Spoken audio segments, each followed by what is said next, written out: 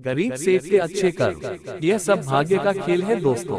हर इंसान के जीवन में कभी उधर कभी चढ़ाव आते हैं। उसी तरह दयाराम सेठ जी किसी जमाने में बहुत अमीर हुआ करता था और वह खूब दान धर्म और पुण्य भी किया करता था, लेकिन समय पलटा और वह धीरे धीरे अपना धन खोता गया और आखिरकार आज इस हालत में पहुंच गया कि लोग उसे गरीब सेठ के नाम से जानने लगे। लेकिन वह कहते हैं ना कि अच्छे कर्मों का फल देर सवेर ही सही मिलता जरूर है। ऐसा ही कुछ इस गरीब सेठ के साथ भी होने वाला था। जिस गांव में यह सेठ रहा करता था, वहां पर एक बार राजू के लोगों ने ऐलान किया कि जिसने भी अच्छे काम किए हैं वह अपने अच्छे काम गिनवा कर राजू से उसके बदले में जो भी राजू से इनाम लेकर जाए। इस ऐलान को सेठ की पत्नी ने सुन लिया। सेठ की पत्नी बहुत खुश हो गई, क्योंकि वह जानती थी कि अपने अच्छे दिनों में सेठ ने अनगिनत पुण्य के काम किए। यह बात जब पत्नी ने सेठ को बताई तो सेठ भी खुश हो गया और बोला, अगर ऐसा है तो फिर हमें बहुत बड़ा इनाम मिलना चाहिए, क्योंकि हमारे अच्छे कामों की सूची बहुत बड़ी है।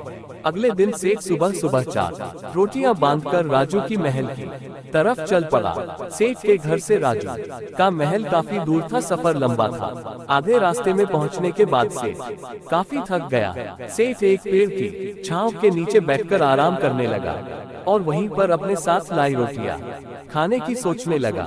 सेठ खाने की सोच ही रहा था कि तभी वहां पर उसके सामने एक गाय और उसके 2 बछड़े आए। सेठ के हाथों में रोटियां देखकर गाय और उसके बछड़े उसके सामने ही आकर खड़े हो गए और उनके हाव भाव से सेठ ने समझ लिया कि वह भूखी है और सेठ से खाना मांग रही है।